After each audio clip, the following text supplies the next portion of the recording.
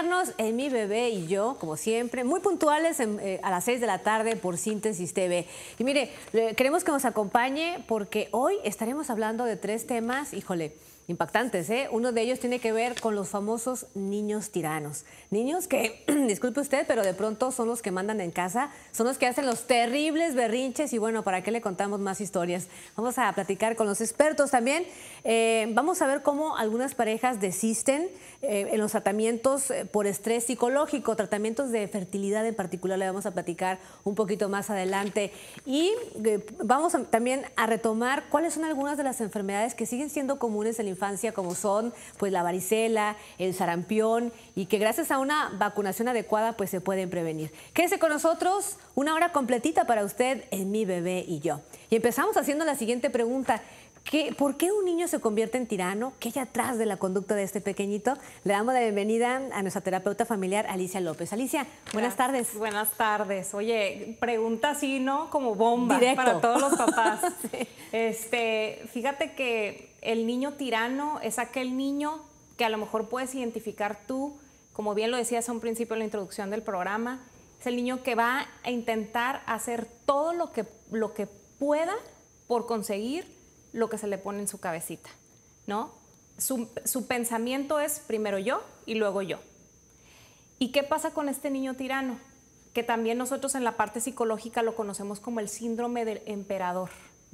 ¿Por qué? Porque pues, ¿qué hacía el emperador, no? Mandaba y se hacía lo que él decía. Entonces, este síndrome o este problema que hay en los niños de ahora viene mucho por el problema de nosotros los papás, porque no aprendemos a ponerles límites desde chiquitos. Así es. También lo decías, empiezan con el famoso berrinche, que a lo mejor el famoso berrinche es un indicador de que ese niño está queriendo algo, ¿no? Que está queriendo llamar nuestra atención. Pero cuando un berrinche no es atacado o no es controlado de la forma que debe ser, después se viene desencadenando todas esta sintomatología de un niño tirano. ¿Hay edades en particular? Los berrinches empiezan a partir de los 2 años aproximadamente. Entonces, el síndrome del emperador lo podemos más o menos diagnosticar aproximadamente entre los 3 y 4 años, porque ya pasan la edad de los terribles 2. Entonces, desde ahí es donde como papás tenemos que estar muy bien orientados a saber poner límites, que es donde se me asustan luego los papás. ¿Cómo? Sí, no, les hablo de ponerles límites y empiezan con la cara de susto, pero es que se va a enojar, pero es que ¿cómo le voy a hacer? Y entonces nos vamos dando cuenta que el rol de autoridad lo tiene el hijo. O sea, ¿el que manda es el niño? El que manda es el niño. Entonces imagínate un niño de 4 o 5 años que carga con ese saco, con ese rol de ser el que manda. También para un niño es muy pesado. Demasiada responsabilidad. Demasiada responsabilidad, sí. Exactamente. ¿Qué hacemos? O sea, ¿cómo buscamos ayuda? Porque, Alicia, hay que tomar en cuenta, por lo que tú dices, que nosotros, los papás, somos los que estamos creando esa conducta, ¿no? Exacto. Y justificamos la conducta, porque luego, ¿qué es lo que pasa? Vemos que el niño le habla feo a la abuelita y nos enojamos con la abuelita porque, oye, ¿por qué no le estás dando lo que te está pidiendo? Te pidió leche, ¿no? Exacto. Entonces lo vamos justificando y ese niño automáticamente cada vez más va tomando más poder. Entonces, como papás, ¿qué tenemos que hacer? Uno, es una fórmula, yo creo que facilita, que a veces muchos se les complica, ¿no? Pero es poner límites y tener confiabilidad. Porque el niño, cuando le pones un límite y le dices, ahora las cosas van a cambiar y yo voy a ser el que va a mandar, claro que se te va a revelar como buen emperador, ¿no? Porque no va a querer que le quites el reino. Entonces, la confiabilidad entra, que es donde él tiene que ver que esa consecuencia que tú le pongas o ese límite que tú le pongas, se lo vas a cumplir.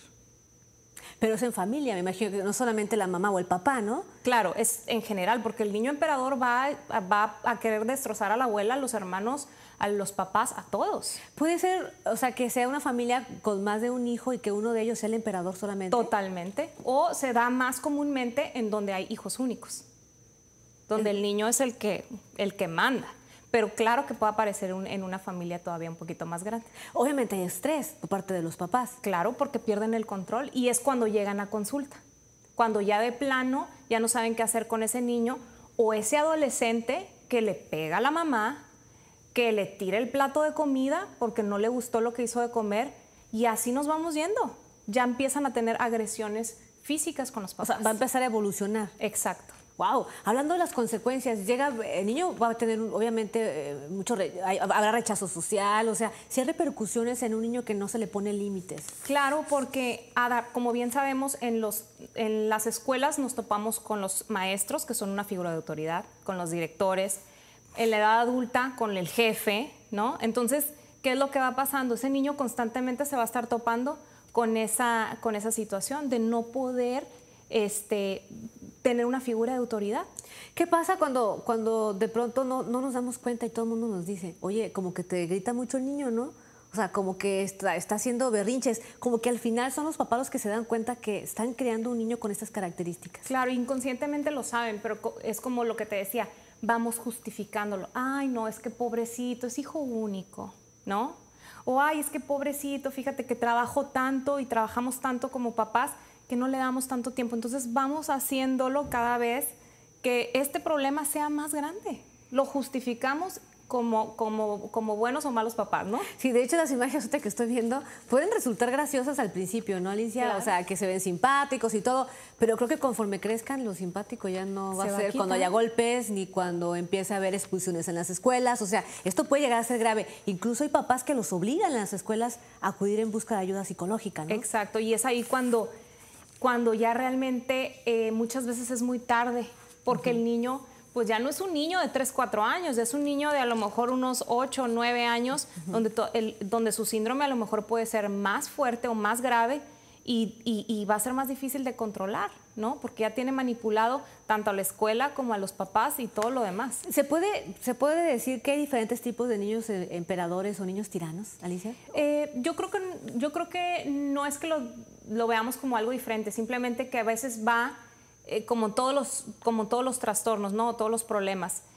Puede empezar con algo muy leve y esto cada vez va empeorando, pero el trastorno es el mismo. ¿Es común este síndrome? Es muy común. Como te decía ahorita, se puede dar muy fácilmente en familias donde tienen un hijo, donde los papás, los dos trabajan y tienen ese sentimiento de culpa, papás con baja autoestima que tratan como de satisfacer toda la necesidad de los hijos por no vivir ese vacío emocional que tiene el papá o la mamá.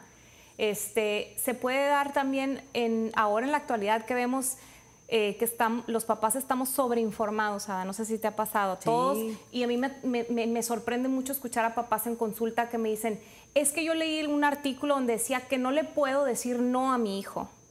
Leí un artículo donde no debo castigar a mi hijo. Entonces estamos sobreinformados de tanta cosa donde no creamos un equilibrio en cómo poder ponerle un límite al hijo. Entonces, ¿qué es lo que pasa? Los niños de ahora no saben que es un castigo. Cuando antes tú y yo, ¿qué hacían nuestros papás? No. Con la mirada nos controlaban. Exacto, ¿no? y cuando lleguemos a casa hablamos. Exacto. Entonces, yo creo que es un conjunto de todo esto que te estoy platicando. Pues qué interesante, mire, si usted nos acaba de sintonizar, estamos charlando con Alicia López, ella es terapeuta familiar. Niños tiranos, niños que son los que mandan en casa, son los que hacen los berrinches de casa. Vamos a hacer una pausa comercial, Alicia, y Claro. seguimos hablando sobre el tema. Claro que sí.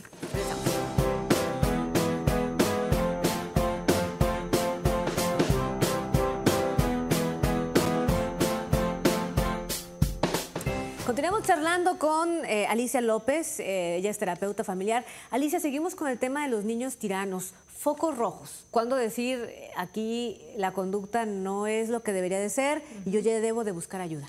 Principalmente cuando después de la edad de los 3, 4 años, que ya el berrinche no es una situación normal, ya es un foco rojo, que todavía se te sigue tirando al piso, por ejemplo, decide sobre el rumbo de los papás, ¿no? Por ejemplo, el ir a visitar a un familiar para él le crea un cólera o no quiera aparecerse con los papás en algún lugar. O sea, ya son estos focos rojos de un niño que empieza a tener este síndrome o este problema de la tiranía. Sí, a mí me ha tocado ver en fiestas infantiles y es difícil, Alicia, de pronto el niño que ya se quiere ir.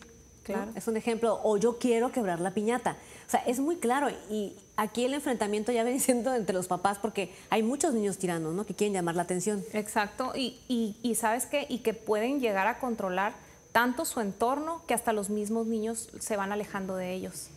Los dejan. Claro, los dejan. Entonces son niños que al final son niños rechazados por la misma sociedad. ¿Tú consideras también que nuestra era está haciendo niños tiranos, Alicia, por la educación, por el cambio que ha habido en la forma en la que educamos a nuestros hijos, en la manera en la que se inculcan las reglas? Definitivamente. Y yo creo que mucho tiene que ver con la idea de que a lo mejor no queremos repetir patrones de conducta como a lo mejor venimos arrastrando de los papás, ¿no? Como te decía ahorita, que a lo mejor nosotros vivimos una educación un poquito más autoritaria por parte de los papás, entonces decimos, yo no quiero vivir lo que yo viví con mis papás. Y sueltas de más. Y sueltas, pero de más. Entonces, ese ya es un foco rojo para ti como papá de que no estás aprendiendo a ponerle límites. Exacto. ¿Hay situaciones que detonan o que permiten que este niño se salga de las reglas? Sobre todo mamás que pueden tener a lo mejor, como te decía hace ratito, baja autoestima, o mamás que vienen a lo mejor de un patrón de conducta sumiso, ¿no?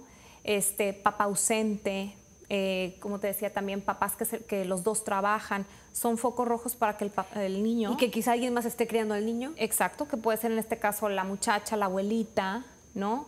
Alguna ayuda extra que puedas tener de alguna tía que te está ayudando. Entonces, el niño se va descontrolando y no tiene marcada la figura de autoridad en casa. ¿Cuál es el diagnóstico de un niño tirano? O sea, de un niño que sí se va a buscar ayuda en casa. ¿Sí tiene un buen diagnóstico? ¿A qué edad? Yo creo que es importante, ahorita papás o mamás que nos estén escuchando, que en cuanto empieces a identificar que esto sale de control, pidas ayuda. Hay muchos casos que no necesariamente tiene que ir el niño a consulta. Con que papá y mamá acudan a una orientación, con eso podemos hacer maravillas.